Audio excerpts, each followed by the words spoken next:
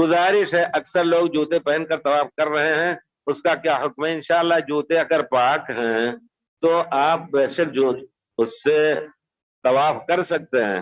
اگر احرام میں بھی ہے تب بھی آپ کے جوتے صاف ہیں، بند جوتا بھی جائز ہے، اور ٹخنا سے نیچے والا جوتا اور اسی طرح کوئی چپل بھی پہن کر کے آپ کر سکتے ہیں. انشاءاللہ کوئی حرج نہیں ہے، ہمیشہ تاریخ میں کرتے رہے ہیں لوگ. اب آپ کہیں گے کہ یہ گندگی اور کی جگہ پر جاتی ہے. دیکھیے میں آپ کو بتاؤں ایک چیز دیکھنی ہے، بار بار میں کہتا ہوں جہاں لوگ سجدے وغیرہ کرتے ہیں، لوگوں کا دل رکھنے کے لیے ایسی جگہوں پہ جوتا پہن کے نہ چلیے. اب جیسے وہاں ہے تو پیارے رسول کیا نام ہے، لوگ وہاں سجدے کرتے ہیں، پیارے رسول بھی لوگوں کے دلوں کا خیال رکھتے تھے. تو اس طرح اگر برا مانتے ہیں لوگ کہ نہیں ہماری سجدہ گاہ پہ آپ وہی ہم سجدہ کرتے ہیں، آپ گندے جوتے تو کسی حالت میں مسجد میں لانے بھی نہیں ہیں. یعنی اگر گندگی لگی ہو، پیارے رسول نے فرمایا ہے، ایک ایک لفظ حدیث میں تمام چیزیں مفصل بیان ہے. پیارے رسول فرماتے اذا اتی احدکم المسجد، تم میں سے کوئی مسجد میں آئے، فلینظر الی نعلیہ، اپنے جوتوں کی طرف دیکھ لے، نال جوتا، فلینظر نظر ڈال لے، فلینظر الی نعلیہ فإن رأى فیہما اذن، اگر اس میں کوئی گھناؤنی، اذا کا لفظ ہے گندگی ناپاکی یا کوئی گھناؤنی کی جگہ، یعنی کسی کا رینٹ ہی لگا ہو، فَلْيَدْلُقْهُ فِي الْأَرْضِ وَلْيَمْسَحْهُ، اس کو پوچھ لے، وَلْيُصَلِّ فِيهِمَا، اس میں صلاۃ پڑھ لے تو پاک ہے، پاک ہو جاتا ہے. اور اگر واقعی اس میں بو آ رہی اور کچھ، تو ادب کا تقاضا نہیں ہے کہ آپ اس کو عام جگہوں پر جہاں صلاۃ پڑھ رہے لوگ چلیں.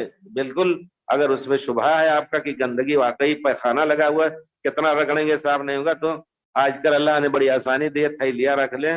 اگر اس تھیلی میں آپ لپیٹ لے رہے ہیں اور اپنے ساتھ رکھ رہے ہیں تب تو نماز آپ کی صحیح ہے، کوئی حرج نہیں. جس طرح بچے کے بارے میں ہے کہ اگر اس کا پیخانہ اندر ہے، بند ہے اور نکل نہیں رہا باہر، تو آپ اس کو لے کر کے، عورتیں پیارے رسول کے زمانے میں نماز پڑھا کرتی تھیں. تو یہ ہے مسئلہ بہرحال.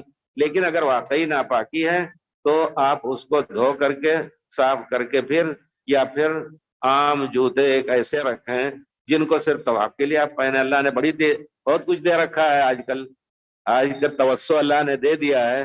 تو طواف کے لیے ایک چھوٹا سا ہلکا سا جوتا رکھ لیجئے، یہاں نکال دیجئے عام جوتا اور اندر آ کر کے یہی پہن لیجئے. بہرحال یہی ہونا چاہیے. پیارے رسول دلوں کا خیال کا میں کہتا ہوں کہ اگر لوگوں کو برا لگا، بے شک اگر کوئی شخص اپنا عام جوتا پہن کر کے ان قالینوں پہ چل رہا ہے تو صحیح نہیں ہے، غلط ہے.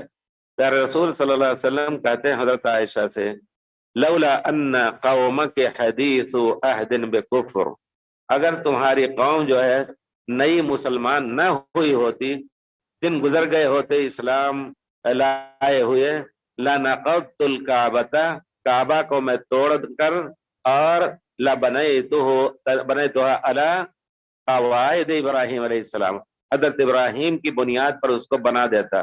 آپ جانیں گے کہ حتیم کا کچھ حصہ، وہ گول چکر جو ہے، ہم نے اس میں بڑی تحقیق کی ہے انجینئروں کے ساتھ مل کر کے، اس کا فوٹو بھی اپنے کتاب میں دیا.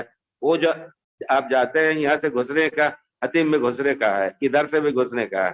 آپ جائیں گے جہاں تک سیدھی دیوار ہے، یہاں سے لے لیجئے یہ حتیم کا حصہ ہے، جہاں سے گول ہوتی وہ حتیم کا حصہ نہیں ہے.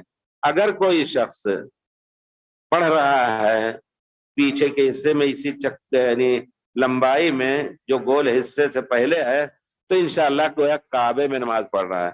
ایک مرتبہ حضرت عائشہ رضی اللہ تعالی عنہا نے کہا کہ اللہ کے رسول میرے لیے کعبہ کھلا دیجئے رات میں صلاۃ پڑھنا چاہتی ہوں. تو پیارے رسول نے ان کا ہاتھ پکڑ کر کے حتیم میں کہا کہ یہاں نماز پڑھ لو، یہ کعبہ کی جگہ ہے. تو اگر پڑھنے کی خواہش ہے اس طرح تو کوشش کر کے باری لگا کر کے، لائن لگا کر کے پڑھنے کی وہاں کوشش کریں. تو میرے کہنے کا مطلب ہے کہ پیارے رسول نے کہا اگر تمہارے قوم مسلم نہ ہوتی تو کعبہ کو توڑ دیتا. اب اگر کعبہ اس وقت توڑوں گا تو لوگ کہیں گے یہ تو ہر چیز کو بدلنے آ گئے ہیں، پوری شریعت بدلنے آ رہے ہیں، پوری حضرت ملت ابراہیم کو بدل رہے ہیں. تو اس طرح لوگوں کے ذہن کا بھی لوگوں کا خیال رکھنا چاہیے